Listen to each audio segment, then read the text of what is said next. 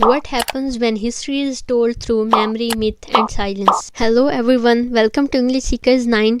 Thanks for choosing my video. Like, share, and subscribe this channel. Today I am giving you a detailed summary of Uzma Aslam Khan's novel The Miraculous True History of Nomi Ali based on post-colonial history. I'll explain further in Urdu language. If you want English translation, kindly use English subtitles from the video setting. इस video में हम सबसे पहले writer का introduction देखेंगे, उसके बाद historical background of the novel कि ये नॉवल की सेटिंग क्या थी, बैकग्राउंड क्या था, देन कैरेक्टर्स, उसके बाद एक detail summary and then themes.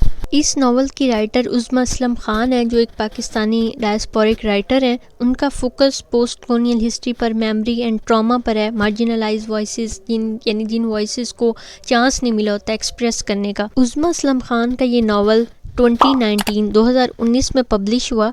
Setting इस नावल की वर्ल्ड वार 2 के टाइम पीरियड में है, बट नरेशन के हिसाब से थर्ड पर्सन नरेशन है एंड नॉन क्रोनोलॉजिकल नरेशन है। लाइक इवेंट का पास्ट एंड प्रेजेंट में शिफ्ट होता रहता है। इस नावल में टोटल चैप्टर 4 हैं, बट सब सेक्शंस इसके 40 हैं। मींस उन चैप्टर्स को मज़ीद 40 सेक्शंस में डिवाइड किया गया है। मैंने इस समरी को क्रोनोलॉजिकल नरेशन में इवेंट्स में अरेंज किया ताकि, क्योंकि हमारा मकसद समझना है स्टोरी को, तो वहाँ से अंडरस्टैंडिंग थोड़ी बेटर हो सकती है। मैंने इस वीडियो की डिस्क्रिप्शन में चैप्टर वाइज या नावल वाइज जिस तरह अरेंजमेंट है नॉन क्रोनोलॉजिकल, उसकी सेटिंग भी डाल दिया ताकि आपको समझने में आसानी हो कि नावल की एक्चुअल सेटिंग क्या है। बट हम इस समरी को क्रोनोलॉजिकल इवेंट्स से लेके चलेंगे for better understanding. And now historical background. तो हिस्टोरिकल बैकग्राउंड पहले टर्म समझते हैं। तो ये इस चीज़ को रेफ़र करता है रियल हिस्टोरिकल इवेंट्स या time period, political condition and social circumstances जिसमें कोई भी एक लिटरेरी वर्क सेट होता है, उसको हिस्टोरिकल बैकग्राउंड कहते हैं। और ये हेल्प करता है रीडर्स को कि अंडरस्टैंड कर सकें वो कि कैसे हिस्ट्री ने शेप किए characters, themes and narrative of the text. So इस नावल का हिस्टोरिकल बैकग्राउंड वर्ल्ड वार 2 कॉन्टेक्स्ट है, यानी 1939 टू 1945 जो वर्ल्ड वार 2 का टाइम पीरियड है, उसमें इसकी सेटिंग है। Now the point second, Japanese occupation of Andaman island. World war 2 से पहले ये जो आयरलैंड था ये ब्रिटिश कंट्रोल में था, लेकिन वर्ल्ड वार 2 के दौरान जापानीज़ आर्मी ने इस पर कब्ज़ा कर लिया, जिसका टाइम पीरियड 1942 टू 1945 है, यानी वर्ल्ड वार 2 के स्टार्ट होने से 3 साल बाद का। इस ऑक्यूपेशन ने जो ब्रिटिश रूल की जगह ले ली, मगर ये कब्ज़ा एक न्यू फॉर्म में जारी हुआ, यानी इसमें भी वायलेंस था, इसमें भी ऑपरेशन थी। तो ब्रिटिश रूल ख़त्म करके जापानीज़ का ये स्टांस था, स्टेटमेंट थी कि हमने आपको फ्रीडम दिलाई है, बट वो फ्रीडम नहीं थी, वो एक न्यू फॉर्म ऑफ वायलेंस था, new form of occupation dominance थी। Now the point third is why Japanese occupied Andaman. उन्होंने इस आइलैंड पे कब्जा किया ही क्यों, इसको हम थोड़ा मैप के थ्रू समझते हैं, फिर मैं आपको रीजंस दूंगी। As I told you earlier, जो अंडमान आइलैंड है ये बे ऑफ बंगाल में वाक़ है। ये जो आप ब्लू कलर की वाटर बॉडी देख रहे हैं, इसको बहुत सारी कंट्रीज़ की जो बाउंड्रीज हैं वो अटैच हैं यहाँ से। सो जापानीज़ ने, अब क्वेश्चन ये रेज होता है जापानीज़ ने कैसे यहाँ पे कंट्रोल किया, इन्वेड किया। तो बर्मा से, जिसको आजकल म्यांमार कहते हैं, वहाँ से जब फॉल ऑफ रंगून हुआ, ये जो आप देख रहे हैं 8 मार्च 1942 को फॉल ऑफ रंगून हुआ, वहाँ से जापानीज़ ने इन्वेड किया अंडमान सी में। देन उसके बाद वो अंडमान आइलैंड पे पहुंचे थे। नाउ द क्वेश्चन इज़ कि उन्होंने ऐसा किया ही क्यों, वो इधर आए क्यों, उनको इससे चीज़ से फ़ायदा क्या था। सो जापानीज़ ने strategic location, military advantage, weak British control during World वार 2, इस वजह से और पॉलिटिकल रीजंस की वजह से इस एरिया पर कंट्रोल किया था। सबसे पहले हम देखते हैं स्ट्रेटेजिक लोकेशन। जो आयरलैंड है बे ऑफ बंगाल में located, as I told you earlier, जो इंडिया और साउथ ईस्ट एशिया के दरमियान है।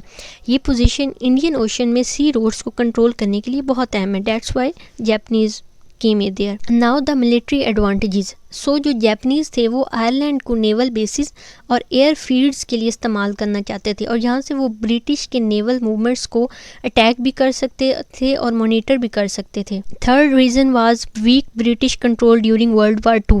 वर्ल्ड वार 2 के दरमियान ब्रिटिश पहले से ही मल्टीपल फ्रंट्स पर लड़ रहे थे। सो जापानीज़ ने इसका फ़ायदा उठाया और 1942 में आयरलैंड पे कब्जा कर लिया। And fourth reason was expansion of the Japanese empire. तो जो जो जापान था वो अपने एम्पायर को एशिया और पैसिफिक में एक्सपेंड करना चाहता था। सो अंडमान आइलैंड को कंट्रोल करने से उन्होंने ब्रिटिश इंडिया में अपनी प्रेजेंस को मजबूत किया।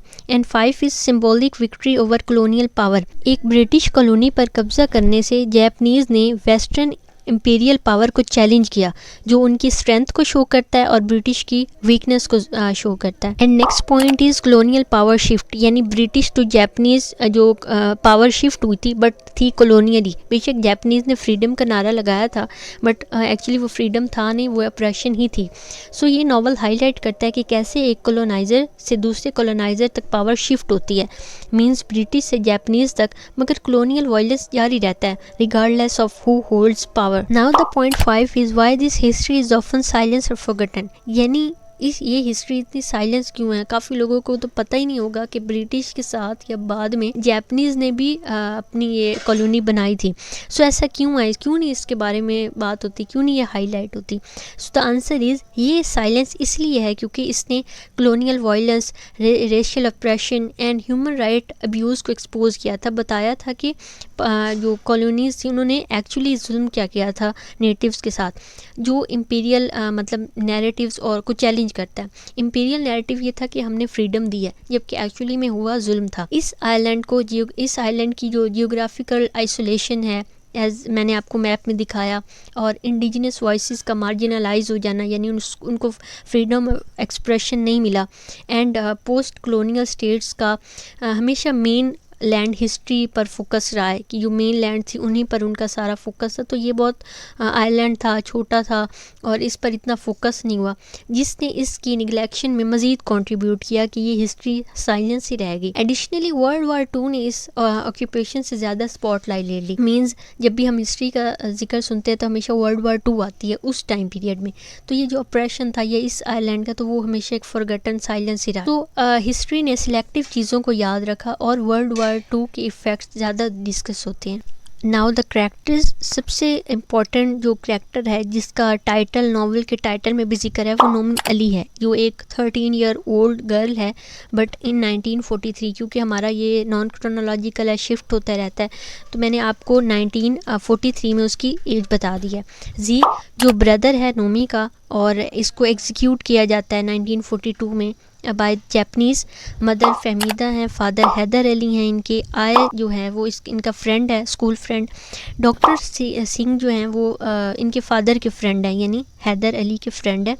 और वो जो उनकी डेथ होती है आगे स्टोरी में जाके हम देखेंगे वो टॉर्चर से होती है। प्रिया जो नोमी और जी की हैन है, इसका बहुत बड़ा सिम्बॉलिकली रोल है। प्रिजनर 218D जो एक अननोन पॉलिटिकल प्रिजनर है, यानी इनका एक्चुअल नेम नहीं पता बट इनको टैग ये दिया गया था। मिस्टर हॉवर्ड्स हैं जो जेल के सुपरिटेंडेंट हैं। And the next few characters are miss Matty जो एक यूरोपियन नर्स होती हैं और यहाँ पर वो मेडिकल फैसिलिटीज़ या सर्विसेज प्रोवाइड कर रही हैं। आंटी मधु जो नेबर हैं किनकी, जी नोमी यानी उनकी फैमिली की, उनके साथ उनका घर है। शकुंतला दास ये एक इंडियन वुमेन हैं बट इनकी शादी जो है वो एक इंग्लिश मैन से हुई थी। सो आप ऐसे कह सकते हैं इंग्लिश मैन इंडियन वाइफ।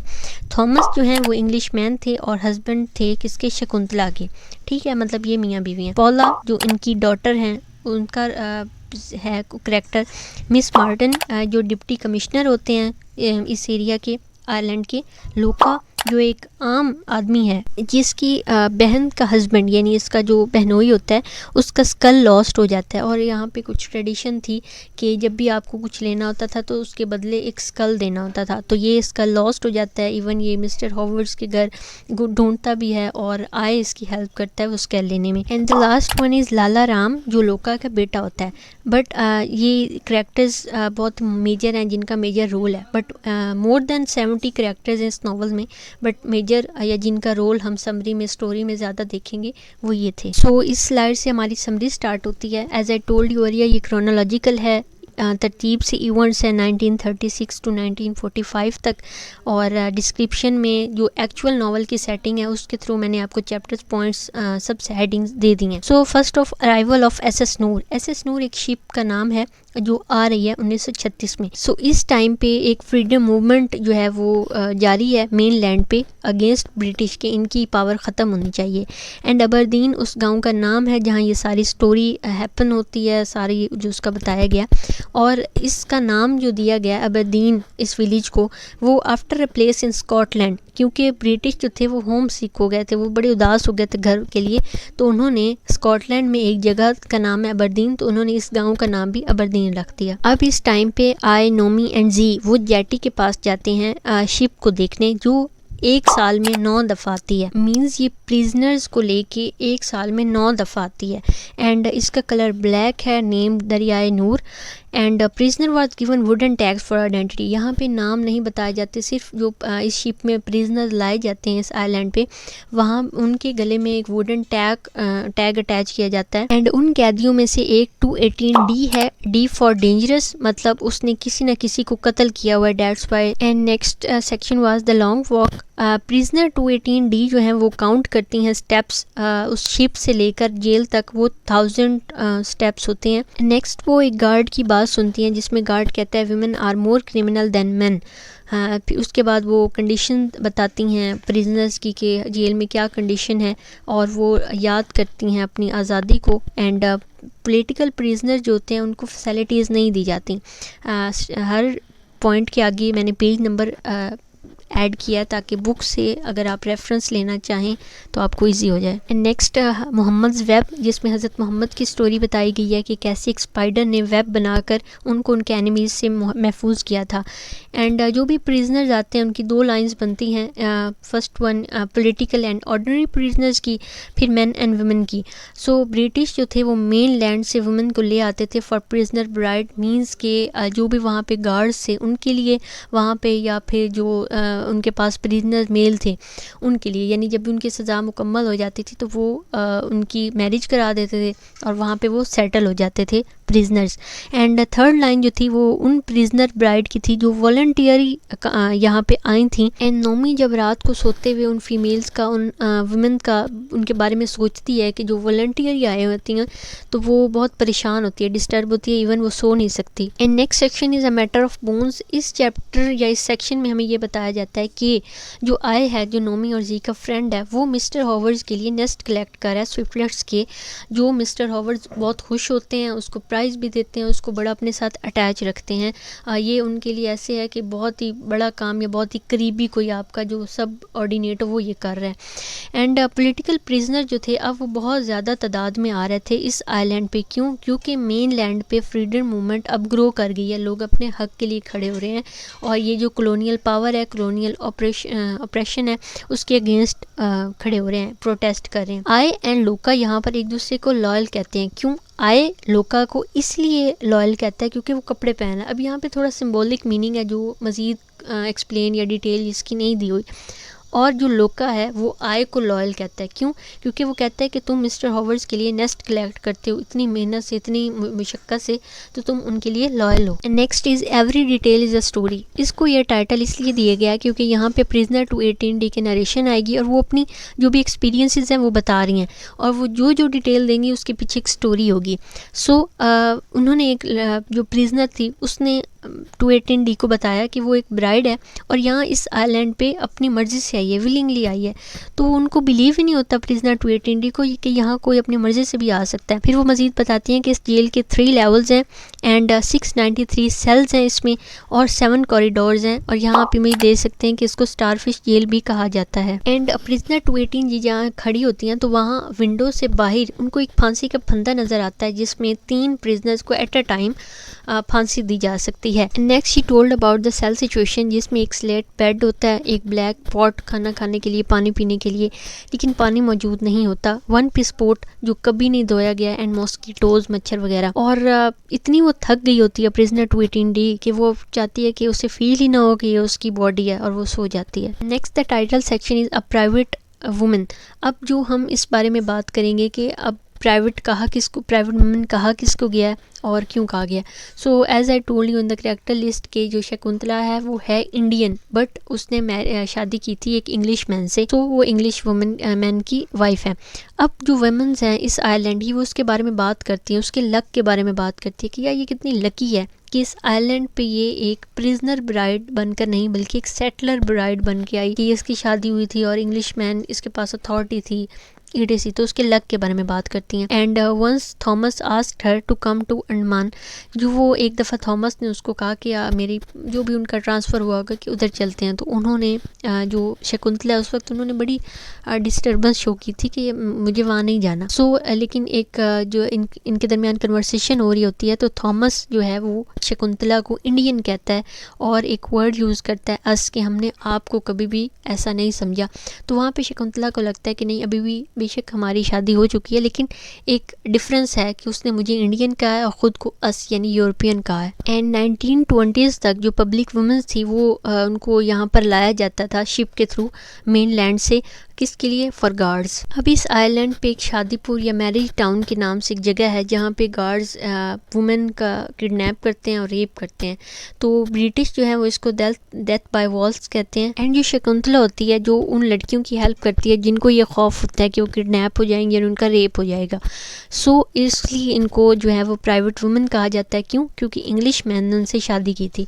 इस सेक्शन में दिखाया जाता है कि इस टाइम पीरियड से 6 साल बाद एंड्रयू जो हैं उनको प्रपोज करते हैं जब थॉमस की डेथ हो चुकी होती है। Now the many mistakes of Haider Ali Nomi and जी के फादर हैं, उनकी बताई जाती है उनसे क्या क्या मिस्टेक्स हुई। तो इस चैप्टर का जो स्टार्ट होता है वो ये होता है कि जो जी होता है वो आइडियलाइज करता है अपने इंग्लिश टीचर को, और जो ये चीज़ इसके फादर को बहुत हर्ट करती है कि उसके बेटे के सामने उसको आइडियलाइज क्यों नहीं करता अपने फादर को, जबकि इंग्लिश जो डोमिनेट कर रहे हैं, जो जिनकी कॉलोनियल पावर है उसको आइडियलाइज कर रहा है। एंड डॉक्टर सिंह जो इनके दोस्त हैं हैदर अली के, वो इनके हट पे आते हैं, बात करते हैं हैदर से कि वो लोकल कमेटी जो बन रही है गुरुद्वारा के लिए उसकी मेंबरशिप ले लें, ज्वाइन कर लें।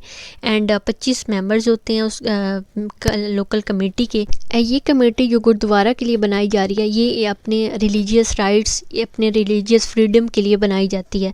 तो वो डॉक्टर सिंह हैदर अली को काफ़ी एक नोबल पर्सन काउंट करते होते हैं, तो वो कहते हैं कि आप भी मेंबरशिप में आएँ। एंड यही वो गुरुद्वारा होता है कि जब जैपनीज़ आते हैं तो वो इसको हॉस्पिटल में कन्वर्ट कर देते हैं। एंड इस मीटिंग में वो हैदर अली को बताते हैं कि जो जैपनीज़ हैं वो चाइना के थ्रू यहाँ पर आ रहे हैं और जो ब्रिटिश हैं वो इस आइलैंड को सेफ प्लेस कंसीडर कर रहे हैं, क्योंकि इस आइलैंड के आसपास सारी वाटर बॉडीज़ हैं और मतलब वो ब्रिटिश इसको एक सेफ प्लेस कंसीडर करते हैं। एंड देन जो हैदर अली होते हैं वो अपनी जेल का टाइम याद करते हैं कि कैसे उनको डेली 30 पाउंड मस्टर्ड ऑयल जो है वो एक्सट्रैक्ट करना होता था और जो वो ये काम नहीं करता था उसको पनिशमेंट मिलती थी।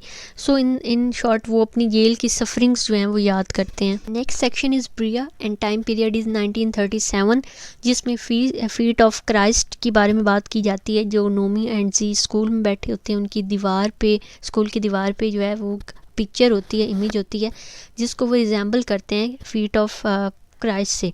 एंड यहाँ पर जो पीपल हैं वो बात करते हैं बाइकॉट की और हंगर स्ट्राइक की जो एक मेन लैंड पे जारी है फ्रीडम मूवमेंट के लिए। And next section title was island अपार्ट्स, जिसमें बताया जाता है कि यहाँ पे 330 आइलैंड मौजूद हैं। एंड मार्को पोलोज की एक स्टेटमेंट का जिक्र आता है जिसमें वो ये कहते हैं कि जो अंडमानीज़ हैं वो उनकी जो हेड्स हैं, सर हैं, वो डॉग्स की तरह हैं। लेकिन बाद में लेफ्टिनेंट जो आर्चिबाल्ड ब्लेयर हैं वो आके इस चीज़ को क्लियर करते हैं कि इनके जो है ना वो हेड्स डॉग लाइक नहीं है but they are face. Next section was absolute nature, जिसमें ये बात होती है कि जो आय के ग्रैंडफादर थे उनको ब्रिटिश ट्रस्टी कहते थे। क्योंकि वो उनके साथ लॉयल थे तो ब्रिटिश ने उनको टाइटल दिया हुआ था या नॉमिनेशन उनको किया हुआ था as trustee. And next point is mister Howard जो हैं वो आय को वेलकम करते हैं। जब आय उनको नेक्स्ट देने जाता है तो वो आय को कहते हैं कि तुम मेरे साथ जेल चलो और हमने हंगर स्ट्राइक जिन प्रिजनर्स ने की हुई है उनको फोर्स फीड करना है, यानी उनको खाना खिलाना है ज़बरदस्ती।